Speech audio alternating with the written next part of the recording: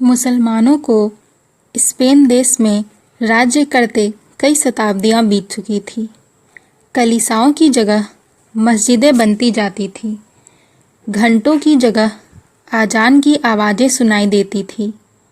गरनाता और अलहमरा में वे समय की नस्वर गति पर हंसने वाले प्रसाद बन चुके थे, जिनके खंडहर अब तक देखने वालों को अपने पूर्व ऐश्वर्य की झलक दिखाते हैं। ईसाइयों के गण्यमान स्त्रियां और पुरुष मसीह की शरण छोड़कर इस्लामी भ्रातृत्व में सम्मिलित होते जाते थे, और आज तक इतिहासकारों को यह आश्चर्य है कि ईसाइयों का निशान वहां क्यों कर बाकी रहा। जो ईसाई नेता अब तक मुसलमानों के सामने सिर न झुकाते थे और अपने देश में स्वराज्य स्थापित करने का स्वप्न देख रहे थे, उनमें एक सौदागर दाऊद भी था। दाऊद विद्वान और साहसी था। वह अपने इलाके में इस्लाम को कदम न जमाने देता था। दीन और निर्धन ईसाई विद्रोही देश के अन्य प्रांतों से आकर उसके शरणागत होते थे, और वह बड़ी उदारता से उनका पालन पोषण करता था। मुसलमान दाऊद से सशंक रहते थे। वे धर्म बल से उस पर विजय ना पाकर उसे अस्त्र बल से परास्त करना चाहते थे, पर दाऊद कभी उनका सामना न करता। हाँ, जहाँ कहीं ईसाइयों के मुसलमान होने की खबर पता चलती, हवा की तरह पहुँच जाता और तर्क या विनय से उन्हें अपने धर्म पर अचल रहने की प्रेरणा देता। अंत में मुसलमानों ने चारों तरफ से घेर कर उसे गिरफ्तार करने की तैयारी की। सेनाओं ने उसके इलाके को घेर लिया।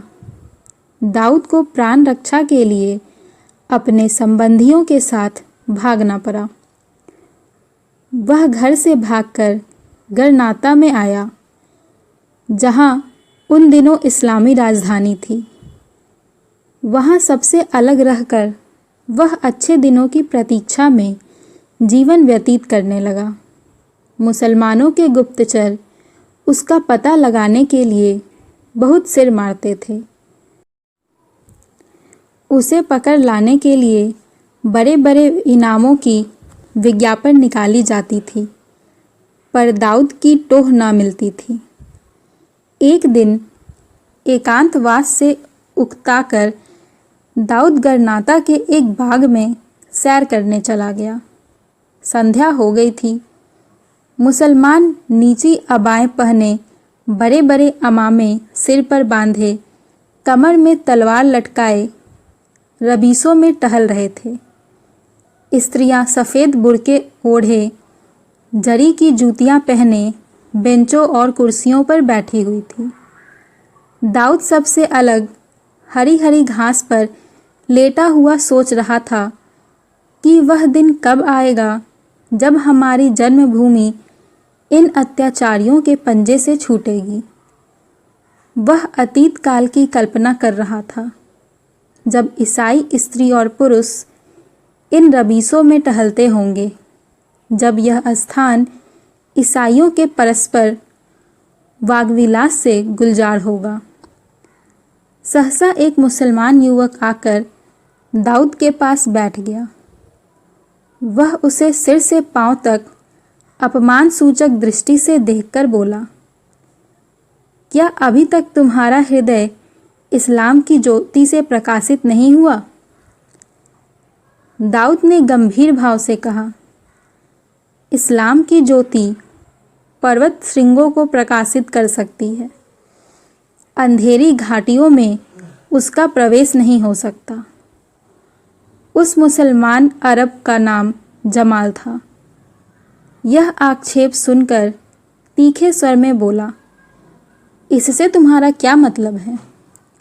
दाऊद ने उत्तर दिया, इससे मेरा मतलब यह है कि ईसाइयों में जो लोग उच्च श्रेणी के हैं, वे जागीरों और राज्याधिकारों के लोभ में राजदंड के भय से इस्लाम की शरण में आ सकते हैं, पर दुर्बल और दीन ईसाइयों के लिए इस्लाम में वह आसमान की बादशाहत कहाँ है जो हजरत मसीह के दामन में उन्हें नसीब होगी। इस्लाम का प्रचार तलवार के बल से हुआ है, सेवा के बल से नहीं। जमाल अपने धर्म का अपमान सुनकर तिलमिला उठा, गर्म होकर बोला, यह सर्वथा मिथ्या है। इस्लाम की शक्ति उसका आंतरिक भ्रातृत्व और साम्य है, तलवार नहीं। दाऊद ने कहा, इस्लाम ने धर्म के नाम पर जितना रक्त बहाया है उसमें उसकी सारी मस्जिदें डूब जाएंगी।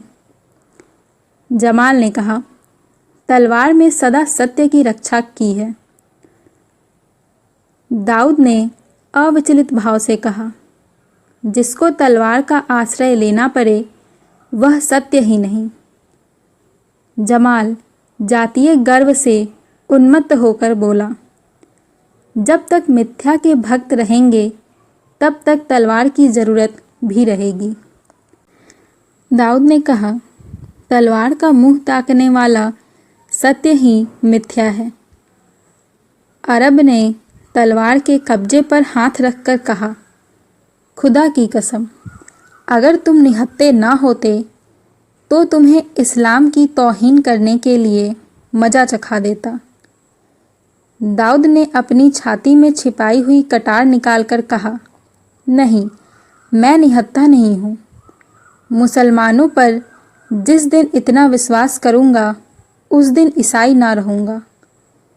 तुम अपने दिल के अरमान निकाल लो। दोनों ने तलवारें खींच ली, एक दूसरे पर टूट पड़े।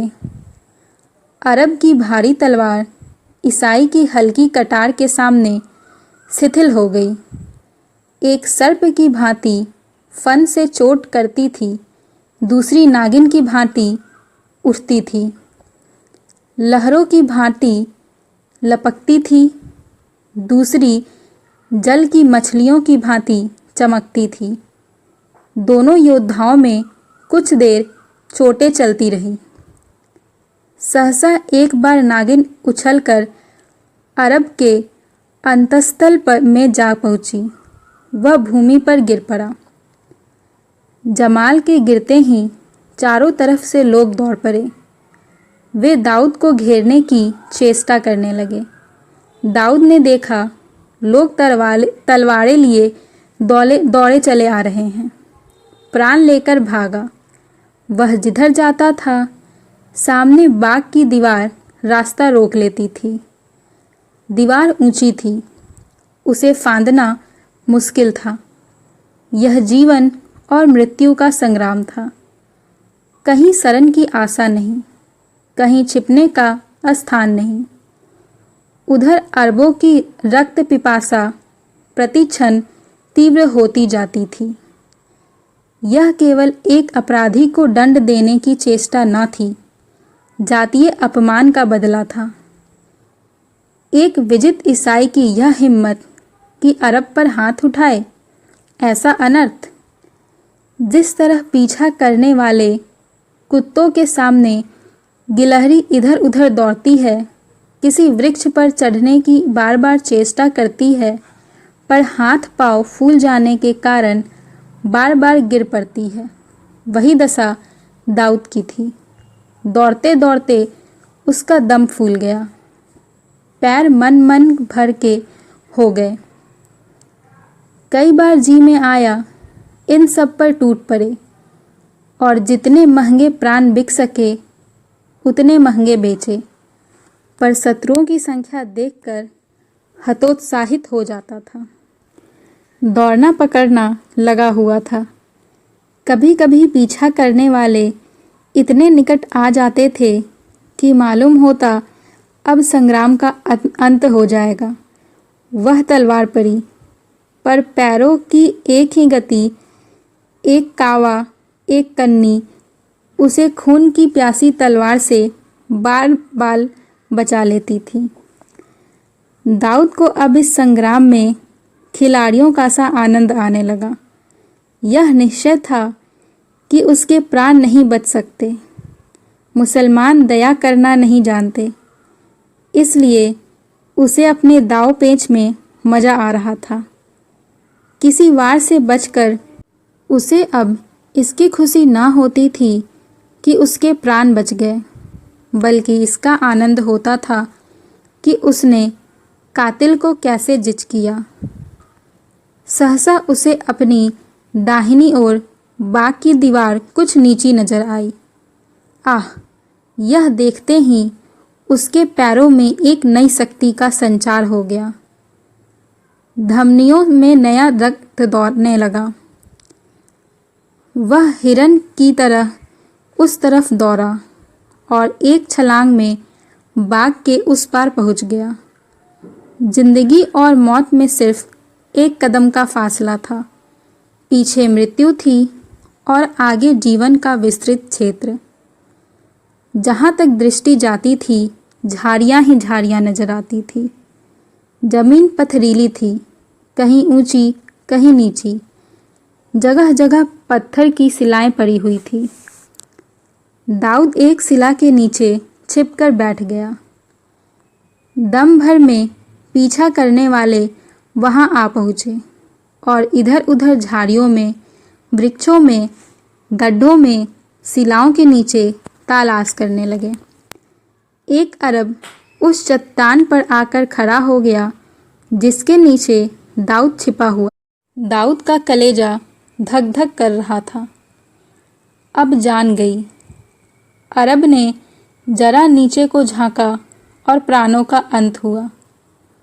संयोग, केवल संयोग पर अब उसका जीवन निर्भर था। दाऊद ने सांस रोक ली, सन्नाटा खींच लिया। एक निगाह पर उसकी जिंदगी का फैसला था। जिंदगी और मौत में कितना सामीप्य है, मगर अरबों को इतना अवकाश कहाँ था कि वे सावधान होकर शिला के नीचे देखते। वहाँ तो हत्यारे को पकड़ने की जल्दी थी। दाऊद के सिर से बला टल गई। अंधेरा हो गया। आकाश में तारे निकल आए और तारों के साथ दाऊद भी शिला के नीचे से निकला। लेकिन देखा, उस समय भी चारों तरफ हलचल मची हुई थी। शत्रुओं का दल मसाले लिए झाड़ियों में घूम रहा था। नाकों पर भी पहरा था। कहीं निकल भागने का रास्ता नहीं है। दाऊद एक वृक्ष के नीचे खड़ा हो गया और सोचने लगा, अब कैसे जान बचे। उसे अपनी जान की वैसी परवाह ना थी। वह जीवन के सुख दुख सब भोग चुका था। अगर उसे जीवन की लालसा थी तो केवल यही देखने के लिए कि इस संग्राम का अंत क्या होगा। मेरे देशवासी हतोत्साहित हो जाएंगे या अदम्य धैर्य के साथ संग्राम क्षेत्र में अटल रहेंगे। जब रात अधिक बीत गई और शत्रुओं की घातक चेष्टा कुछ कम न होती दिखाई दी, तो दाऊद खुदा का नाम लेकर झाड़ियों से निकला और दबे पांव वृक्षों की आड़ में आदमियों की नज़र बचाता हुआ एक तरफ को चला। वह इन झाड़ियों से निकलकर बस्ती में पहुंच जाना चाहता था। निर्जनता किसी की आड़ नहीं कर सकती। बस्ती का जनबाहुल्य स्वयं आड़ है। कुछ दूर तक तो दाऊद के मार्ग में कोई बाधा न आई। वन के वृक्षों ने उसकी रक्षा की। किंतु जब वह असमतल भूमि से निकलकर समतल भूमि में आया तो एक अरब की निगाह उस पर पड़ गई। उसने ललकारा, दाऊद भागा, कातिल भागा जाता है। यह आवाज़ हवा में एक ही बार गूंजी और क्षण भर में चारों तरफ से अरबों ने उसका पीछा किया। सामने बहुत दूर तक आदमी का नामो निशान न था। बहुत दूर पर एक धुंधला सा दीपक टिमटिमा रहा था। किसी तरह वहाँ तक पहुँच जाऊं। वह उस दीपक की ओर इतनी तेजी से दौड़ रहा था मानो वहाँ पहुँचते ही अभय पा जाएगा। आशा उसे उड़ाए लिए जाती थी। अरबों का समूह पीछे छूट गया। मसालों की ज्योति निष्प्रभ हो गई। केवल तारागण उसके साथ दौड़े चले आते थे। अंत को वह आशामय दीपक के सामने आ पहुंचा। एक छोटा सा फूस का मकान था। एक बूढ़ा अरब जमीन पर बैठा हुआ रेहल पर कुरान रखे उसी दीपक के मंद प्रकाश में पढ़ रहा था। दाऊद आगे ना जा सका। उसकी हिम्मत ने जवाब दे दिया। वह वहीं शिथिल होकर गिर पड़ा। रास्ते की थकान घर पहुंचने पर मालूम होती है। अरब ने उठकर कहा, तू कौन है? दाऊद ने कहा, एक गरीब ईसाई, मुसीबत में फंस गया हूँ। अब आप ही शरण दें तो मेरी प्राण बच सकती है। अरब ने कहा, खुदा पाक तेरी मदद करेगा। तुम पर क्या मुसीबत पड़ी हुई है? दाऊद ने कहा, डरता हूँ कहीं कह दूँ तो आप भी मेरे खून के प्यासे ना हो जाएं। अरब ने बोला, अब तू मेरी शरण में आया है तो तुझे मुझसे कोई शंका ना होनी चाहिए। हम मुसलमान हैं।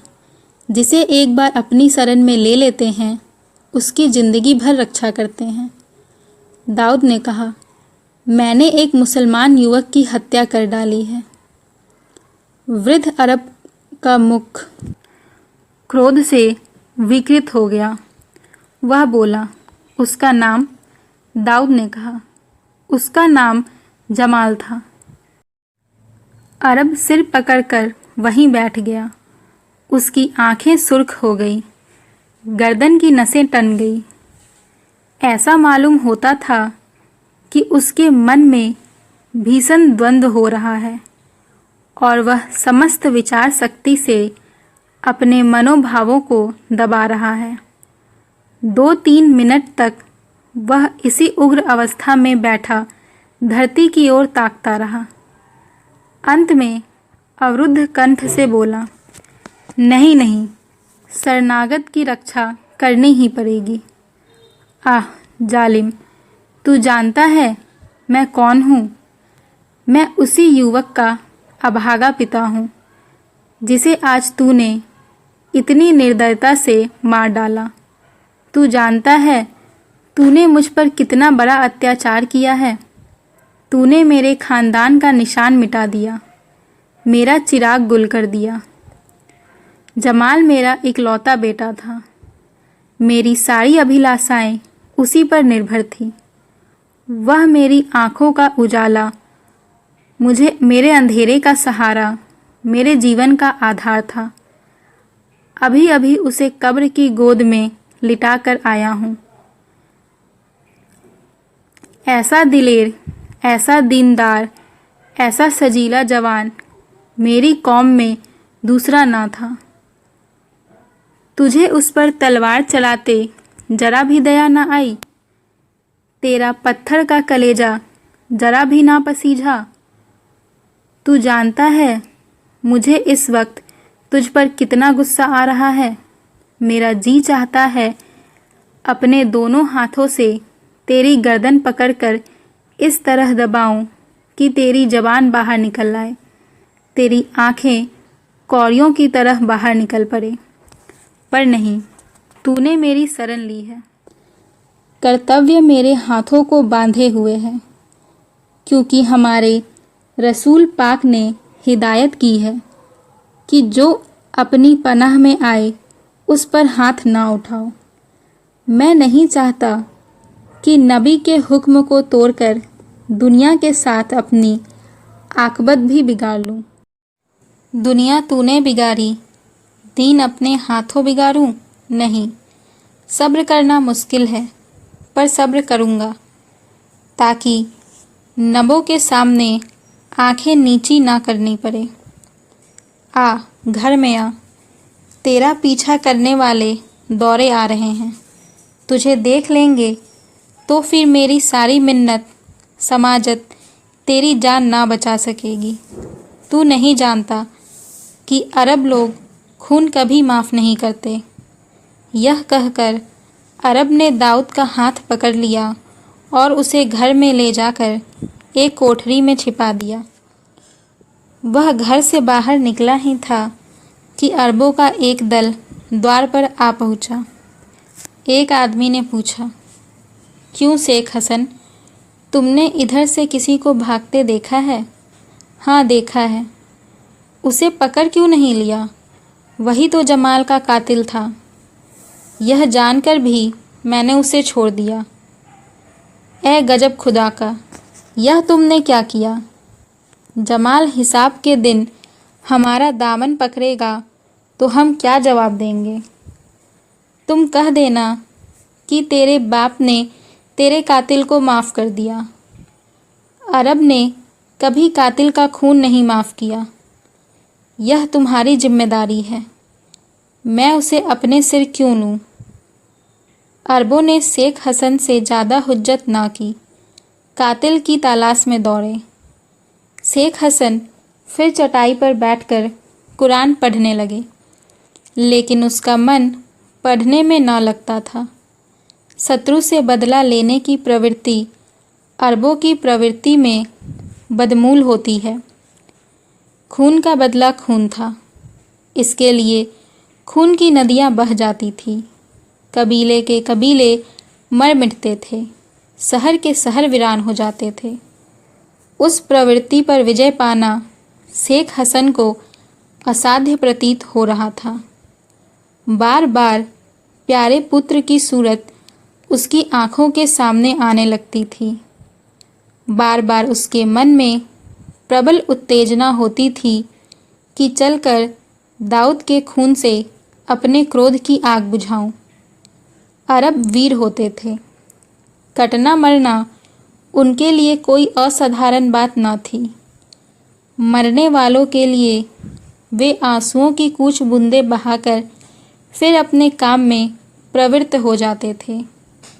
वे मृत व्यक्ति की स्मृति को केवल उसी दशा में जीवित रखते थे जब उसके खून का बदला लेना होता था। अंत में शेख हसन अधीर हो उठे। उसको भय हुआ कि अब मैं अपने ऊपर काबू नहीं रख सकता। उसने तलवार म्यान से निकाल ली और दबे पांव कोठरी के द्वार पर आकर खड़ा हो गया, जिसमें दाऊद छिपा हुआ था। तलवार को दामन में छिपाकर उसने धीरे से द्वार खोला। दाऊद टहल रहा था। बूढ़े अरब का रौद्र रूप देखकर दाऊद उसके मनोवेग को तार गया। उसे बूढ़े से सहानुभूति हो गई। उसने सोचा, यह धर्म का दोष नहीं, जाति का दोष नहीं। मेरे पुत्र की किसी ने हत्या की होती तो कदाचित मैं भी उसके खून का प्यासा हो जाता। यही मानव प्रकृति है। अरब ने कहा, दाऊद, तुम्हें मालूम है बेटे की मौत का कितना गम होता है? दाऊद ने कहा, इसका अनुभव तो नहीं, पर अनुमान कर सकता हूँ। अगर मेरी जान से आपके उस गम का हिस्सा मिट सके तो कर लीजिए, सिर हाजिर है। मैं इसे शौक से आपकी नज़र करता हूँ। आपने दाऊद का नाम सुना होगा। अरब ने कहा, क्या पीटर का बेटा? दाऊद ने कहा, जी हाँ, मैं वही बदनसीब दाऊद हूँ। मैं केवल आपके बेटे का घातक ही नहीं, इस्लाम का दुश्मन हूँ। मेरी जान लेकर आप जमाल के खून का बदला ही न लेंगे, बल्कि अपनी जाति और धर्म की सच्ची सेवा भी करेंगे। शेख हसन ने गंभीर भाव से कहा, दाऊद, मैंने तुम्हें माफ़ किया। मैं जानता हूँ मुसलमानों के हाथ ईसाइयों को बहुत तकलीफ़ें पहुँची हैं। मुसलमानों ने उन पर बड़े बड़े अत्याचार किए हैं। उनकी स्वाधीनता हर ली है। लेकिन यह इस्लाम का नहीं, मुसलमानों का कसूर है। विजय गर्व ने मुसलमानों की मति हर ली है। हमारे पाक नबी ने यह शिक्षा नहीं दी थी जिस पर आज हम चल रहे हैं।